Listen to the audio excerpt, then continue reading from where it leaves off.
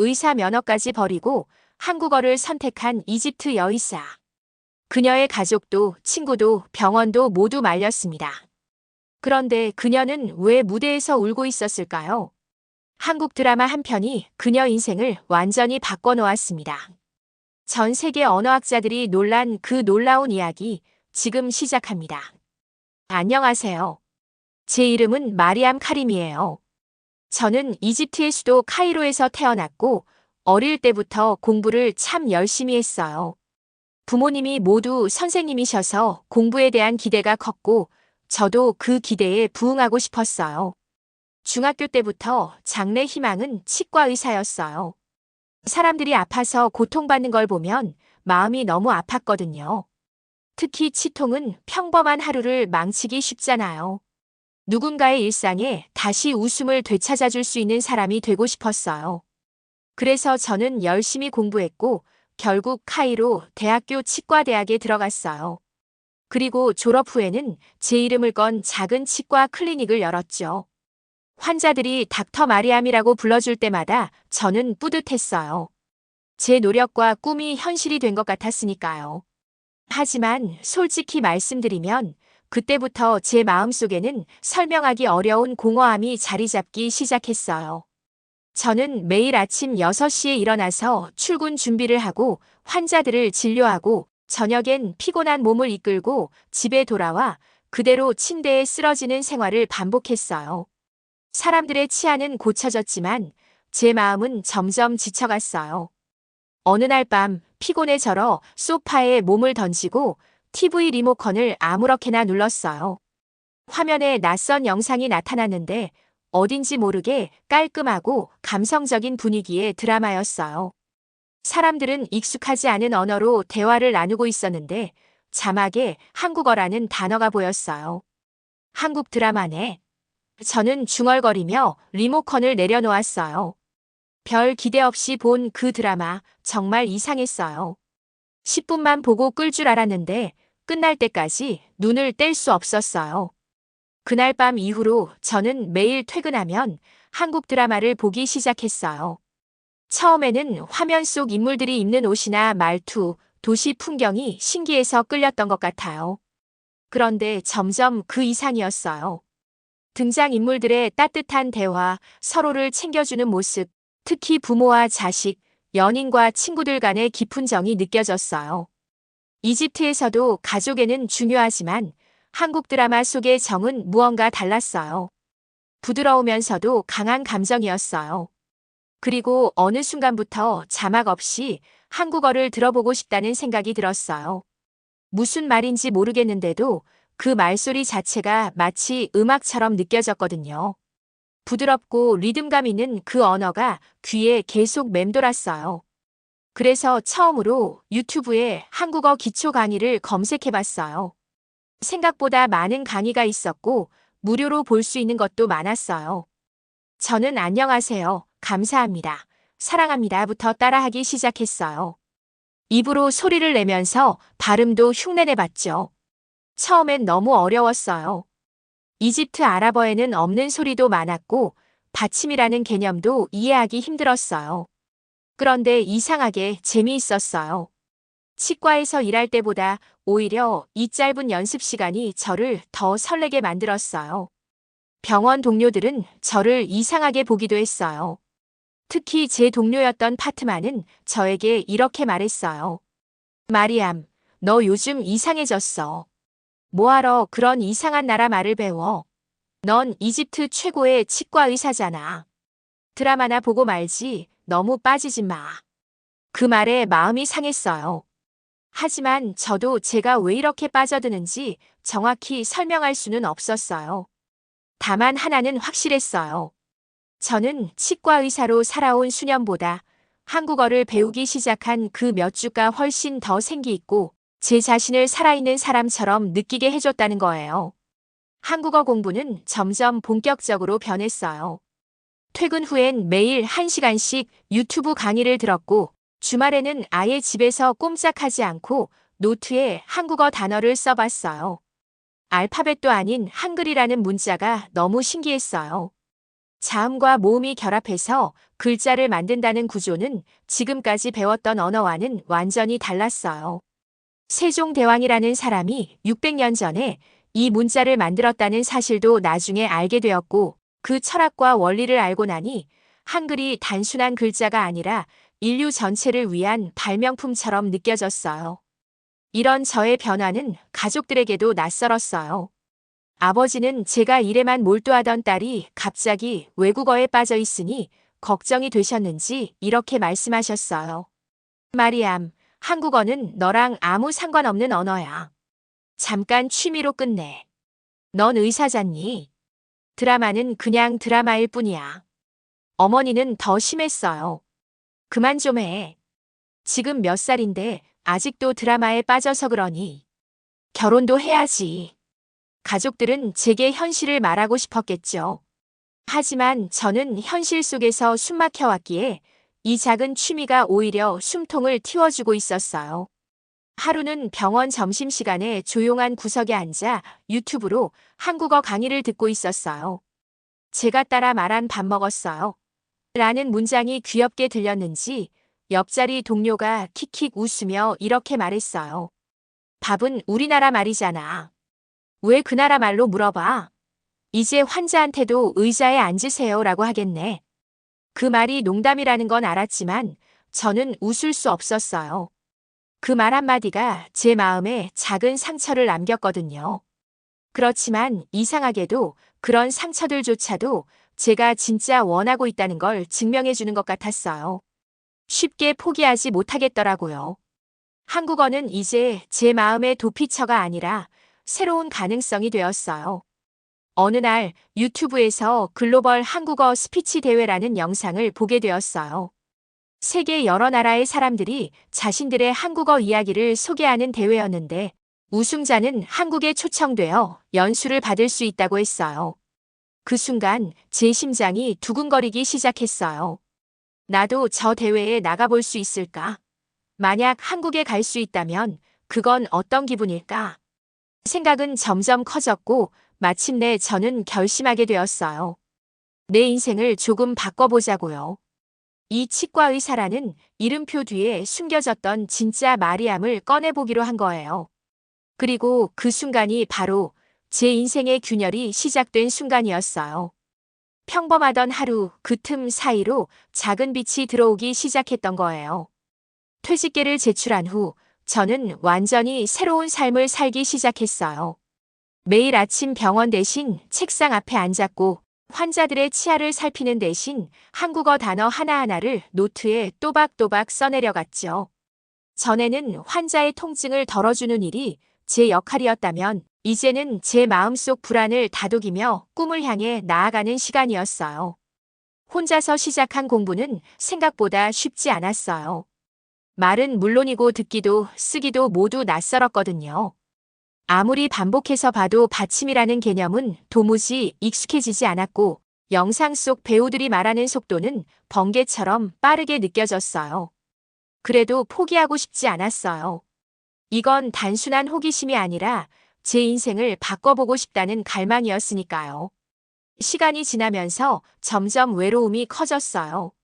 병원 동료들과는 자연스럽게 멀어졌고 친구들은 여전히 제가 왜 한국어를 공부하는지 이해하지 못했어요. 가족조차도 여전히 저를 염려했고 파트만은 아예 연락을 끊었죠. 그럴수록 저는 더 간절하게 무언가에 매달리게 됐어요. 그리고 그 무언가는 다름 아닌 말이었어요. 정확히는 한국어였죠.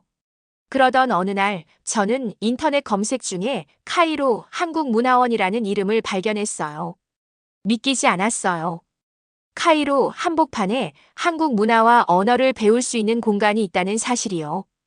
당장 다음 날 아침 저는 그곳으로 향했어요. 문화원은 생각보다 작고 단정한 건물이었어요.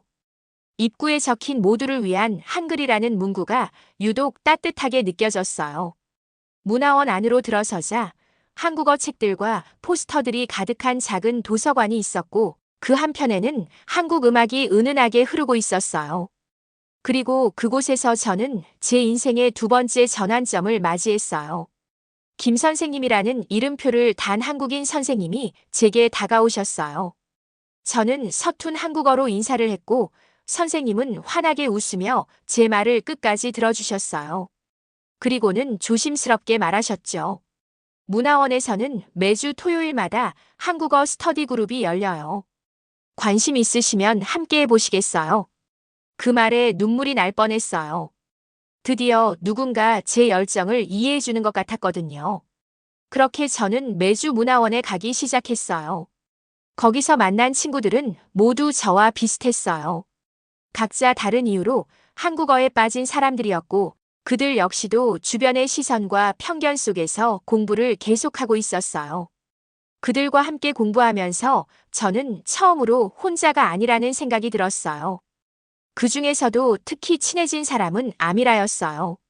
한국대학원 진학을 준비 중인 그녀는 저보다 훨씬 유창하게 한국어를 말했지만 늘 겸손했고 제 발음 하나하나를 정성껏 도와줬어요. 매주 수업이 끝나면 우리는 함께 남아서 드라마 대사를 분석하거나 발음 연습을 했어요. 사라, 이 단어는 억양이 중요해. 진짜 감정을 담아서 말해야 더 자연스러워 보여. 그녀의 조언 하나하나가 저에게는 큰 힘이 되었어요.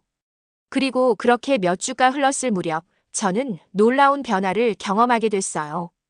예전에는 발음도 서툴고 단어 하나 말하기도 버거웠던 제가 어느덧 스터디 그룹에서 가장 활발하게 발표하는 사람이 되어 있었거든요.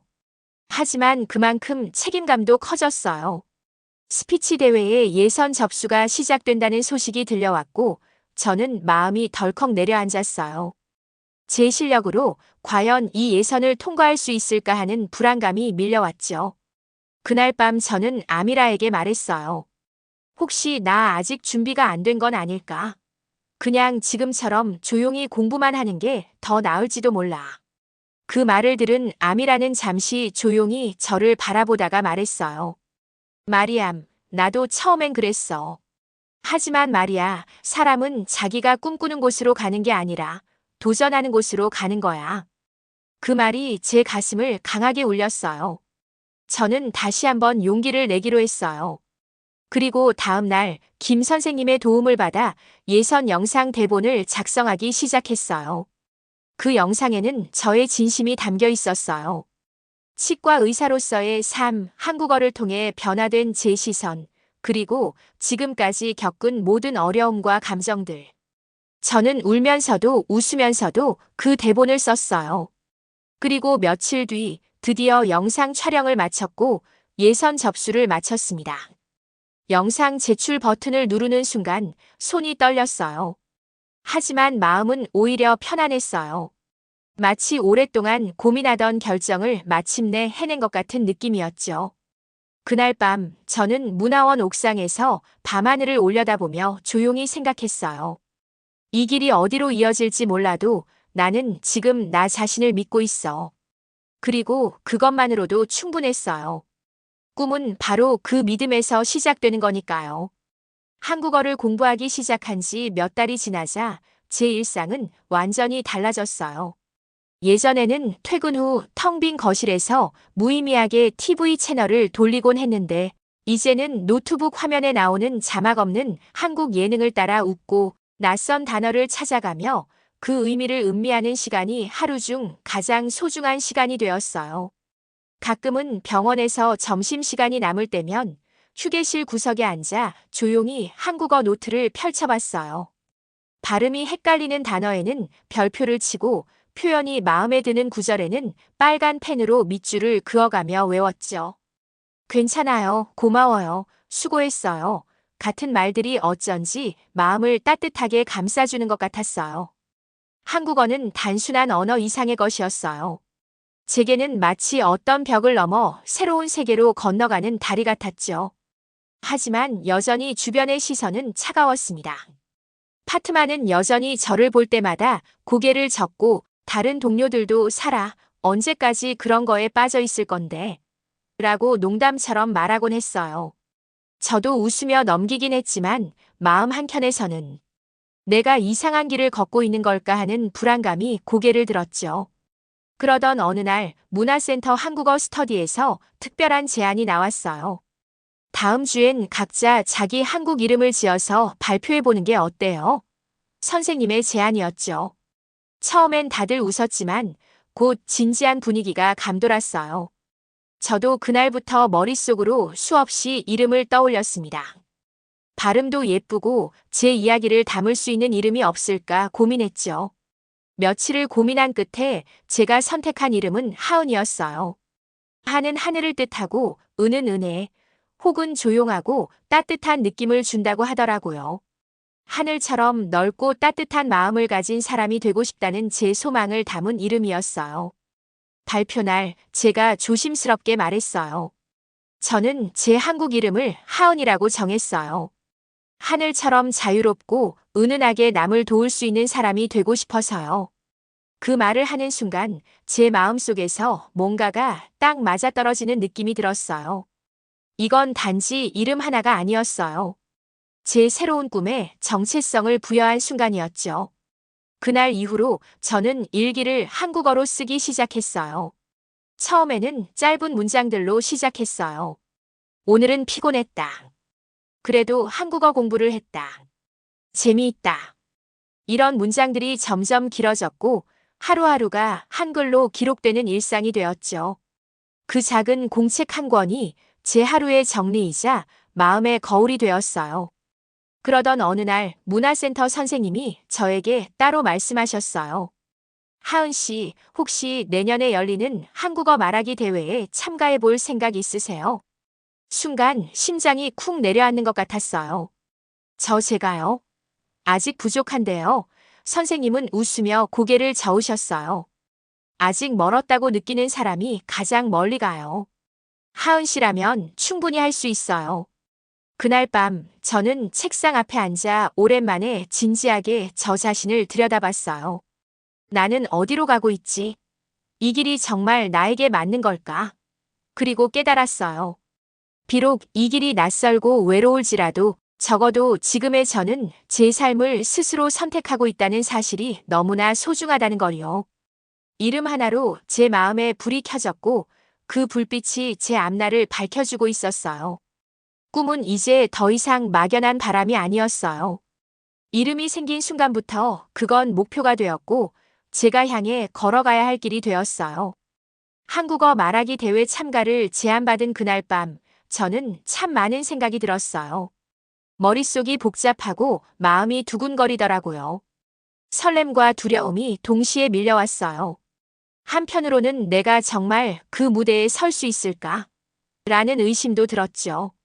사실 저는 무대라는 곳에 서본 적이 거의 없어요. 의사로 일할 때도 사람들 앞에서 발표를 하거나 강의하는 건 늘 피했거든요. 하지만 이번엔 달랐어요. 이건 그냥 발표가 아니었어요. 제 삶을 바꿔준 한국어에 대해 말할 수 있는 기회였고, 이집트에서 한국을 사랑하는 사람으로서 제 마음을 전할 수 있는 자리였어요. 그래서 결심했어요. 한번 도전해보자고요. 말하기 대회까지는 2달 정도 남아 있었어요. 저는 그날부터 병원 일이 끝나면 바로 문화센터로 가서 연습을 했어요. 평일에는 문화센터에 자주 가지 못할 때도 있었지만 그럴 땐 퇴근 후 혼자 집에서 한국어 대본을 썼어요.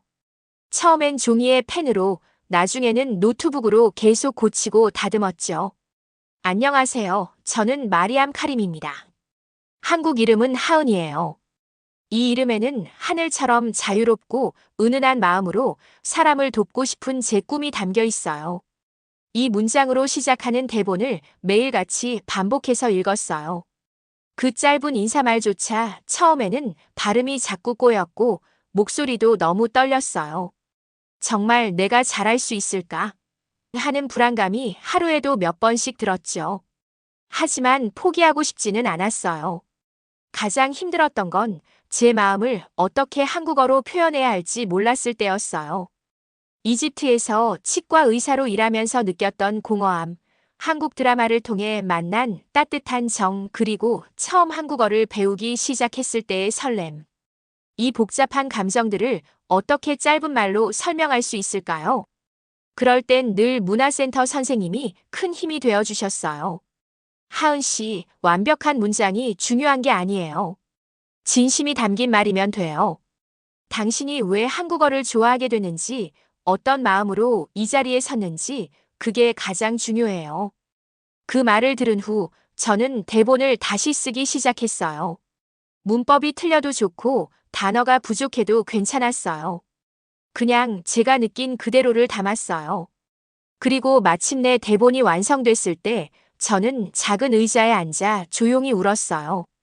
그 안에는 제가 한국어를 사랑하게 된 이유, 이 길을 선택한 용기, 그리고 한국이라는 나라에 대한 존경심이 가득 들어 있었거든요. 시간이 흐를수록 연습도 점점 나아졌어요.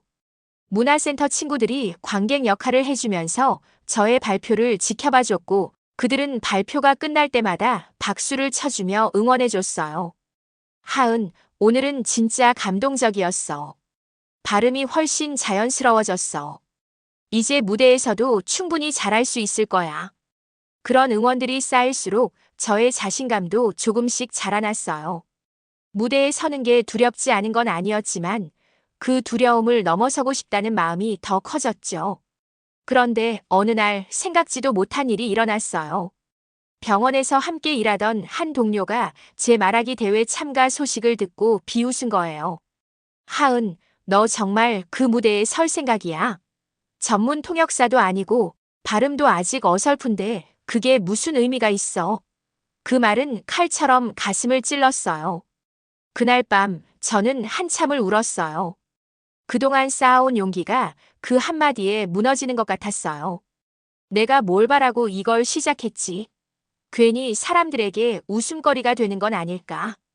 그런데 그 순간 예전에 제 노트에 적어둔 문장이 떠올랐어요. 꿈을 위해 도전하는 것은 결코 부끄러운 일이 아니다. 그 문장은 한국 드라마 속 대사였지만 제 인생의 가장 중요한 말이 되었어요. 그 말을 떠올리는 순간 다시 힘이 났어요. 그래, 나는 남들에게 보여주기 위해 이 무대에 서려는 게 아니야.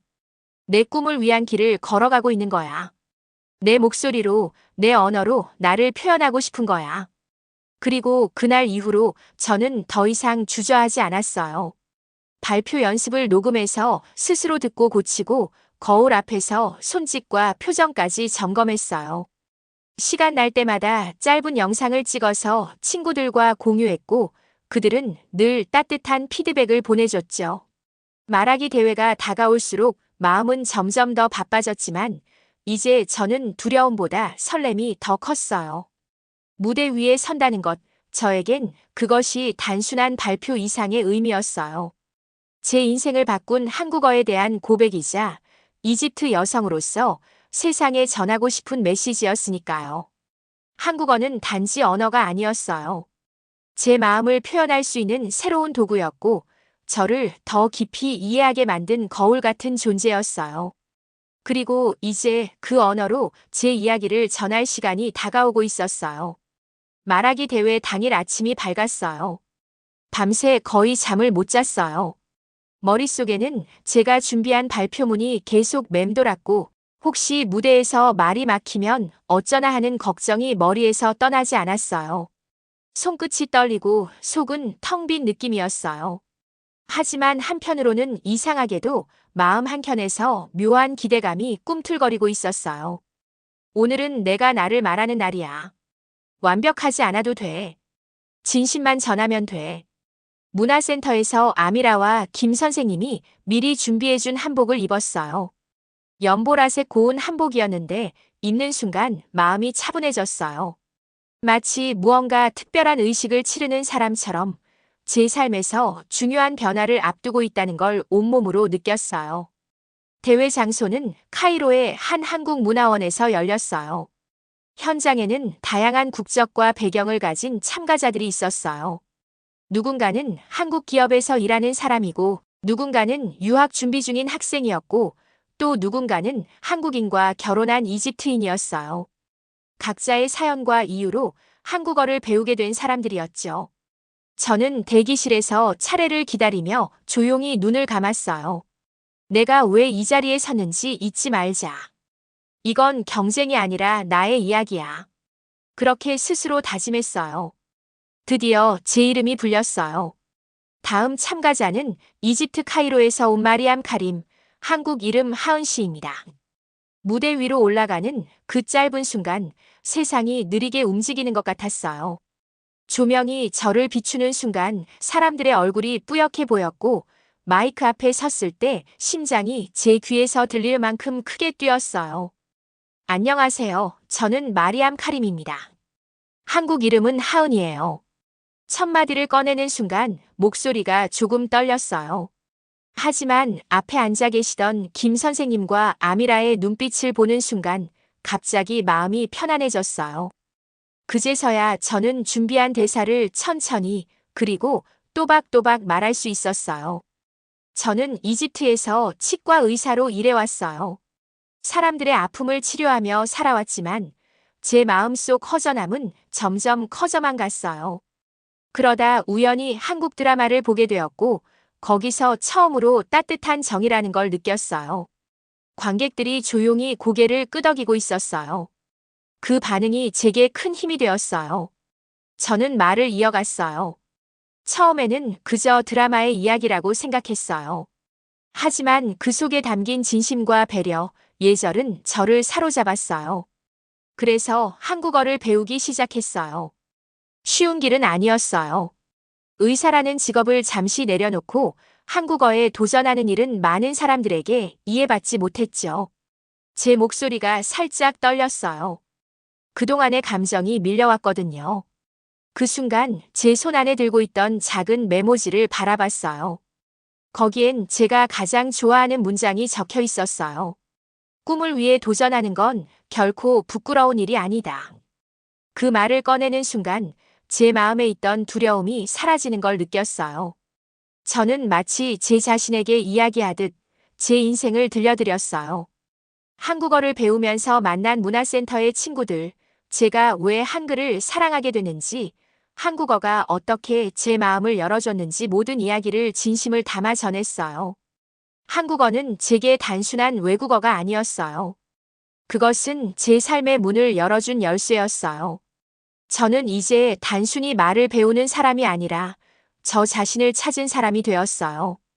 그 모든 변화는 한글을 배우면서 시작됐어요. 제가 마지막 인사를 하고 고개를 숙였을 때 객석에서 조용한 박수가 울리기 시작했어요.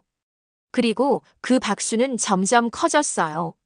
저는 무대를 내려오는 발걸음 하나하나마다 감사한 마음이 차올랐어요. 대기실에 도착했을 때 아미라가 저를 꼭 안아줬어요. 하은, 정말 잘했어. 나 눈물 날 뻔했어. 김 선생님도 웃으며 말씀하셨어요. 무대 위에서 가장 빛났던 건 하은 씨였어요. 말이 아니라 마음이 들렸어요. 그날 대회에서는 여러 훌륭한 참가자들이 있었지만 놀랍게도 제가 우승하게 되었어요. 심사위원의 말이 아직도 기억나요. 마리암 카림 씨는 발음이 완벽하진 않았지만 진심이 가장 강하게 느껴졌습니다. 언어는 마음을 전하는 도구이고 그녀는 그 마음을 정확히 전했습니다. 그 순간 저는 깨달았어요. 한국어를 얼마나 유창하게 구사하느냐보다 그 언어로 어떤 이야기를 전하고 싶은지가 더 중요하다는 걸요.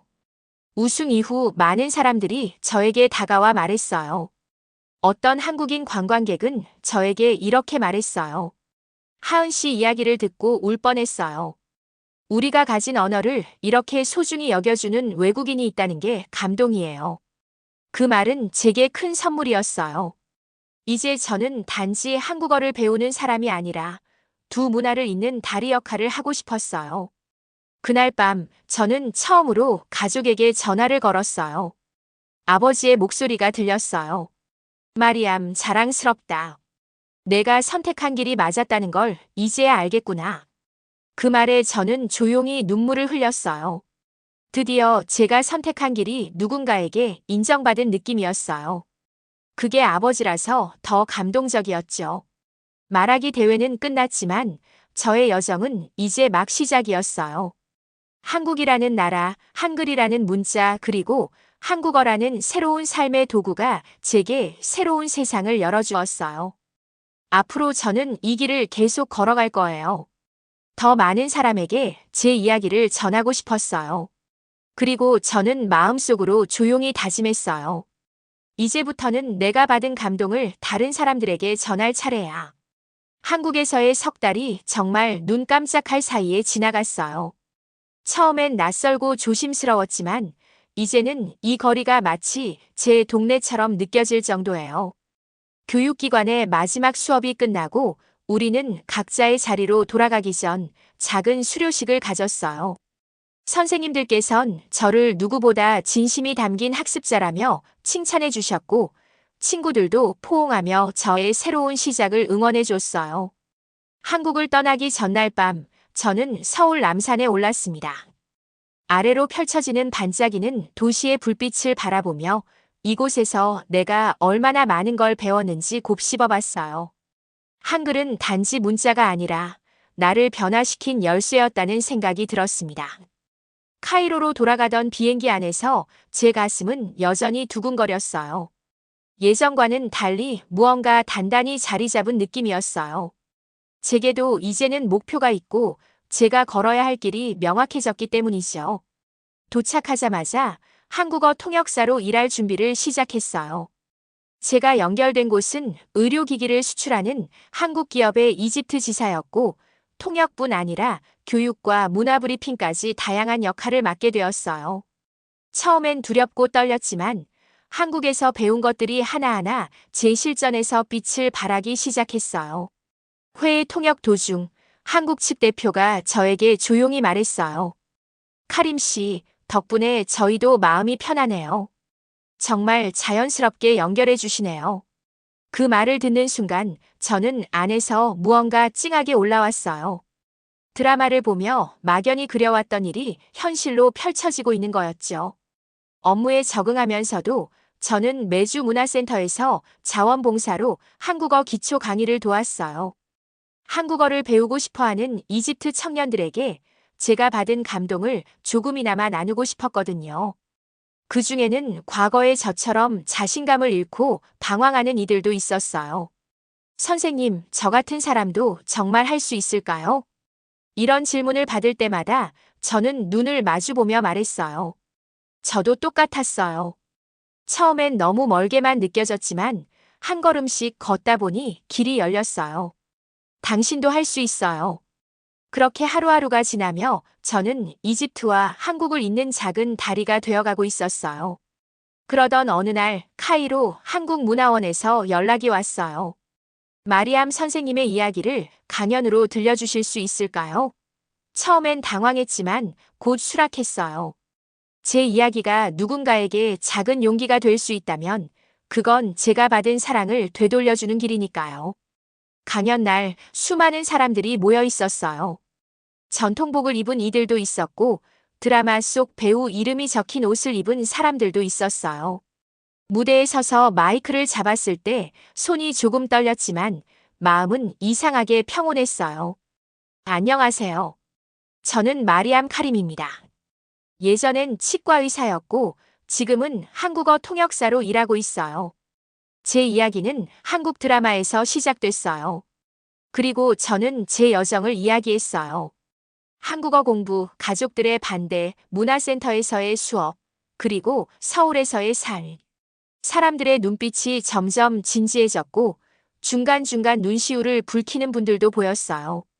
강연이 끝난 후 한 젊은 여성이 다가왔어요. 선생님, 저도 그동안 부모님 눈치 보며 한국어 배우고 있었는데 이제는 정말 시작해보려 해요. 정말 감사해요. 그녀의 말을 듣고 저는 저도 모르게 손을 잡아주며 말했어요. 당신은 이미 시작했어요.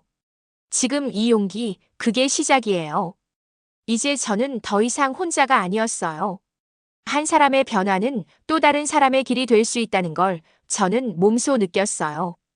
앞으로 어떤 길이 펼쳐질지는 모르겠지만 분명한 건 제가 그 길 위에서 흔들리지 않고 걸어갈 수 있다는 것이었어요.